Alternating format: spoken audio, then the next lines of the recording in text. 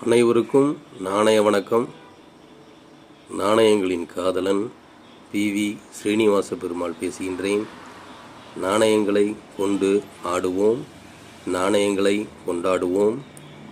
இந்தியாவின் முதல் குடியரசுத் தலைவர் டாக்டர் ராஜேந்திர பிரசாத் அவர்களின் 5 ரூபாய் கம்யூமரேட்டிவ் நாணயத்தை பார்த்து கொண்டிருக்கிறோம். இந்த நாணயமானது 2009 அவரது 125வது பிறந்த தினத்தை சிறப்பிக்கும் வகையில் ஹைதராபாத்தில் அச்சிடப்பட்டுள்ளது.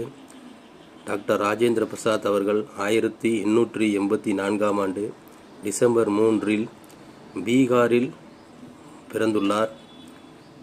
இந்தியாவின் முதல் குடியரசுத் தலைவர் என்ற பெருமைக்குரியவர். மேலும் இருமுறை குடியரசுத் தலைவராக தேர்ந்தெடுக்கப்பட்ட ஒரே தலைவர் இவர்தான்.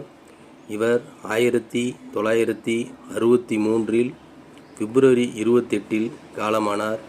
இவரது கடைசி காலத்தை பீகாரில் பாட்னாவில் உள்ள சதாகத் ஆசிரமத்தில் கழித்துள்ளார். இவர் காங்கிரஸ் கட்சியின் முக்கிய தலைவராகவும் இருந்துள்ளார். 1950 ஜனவரி 26 இந்தியாவின் குடியரசு தினமான அன்று முதல் 1962 வரை இந்தியாவின் குடியரசுத் தலைவர் என்ற உயரிய பதவியை வகித்து வந்துள்ளார். இவர் மிகச்சிறந்த தன்னலமற்ற தியாகியாகவும் அர்ப்பணிப்பு உணர்வுடனும் செயல்பட்டுள்ளார். இந்த நாணயமானது தாமிரம் மற்றும் பித்தளையால் நிக்கல் ஆகியவற்றை கொண்டு உருவாக்கப்பட்டுள்ளது. நன்றி, வணக்கம்.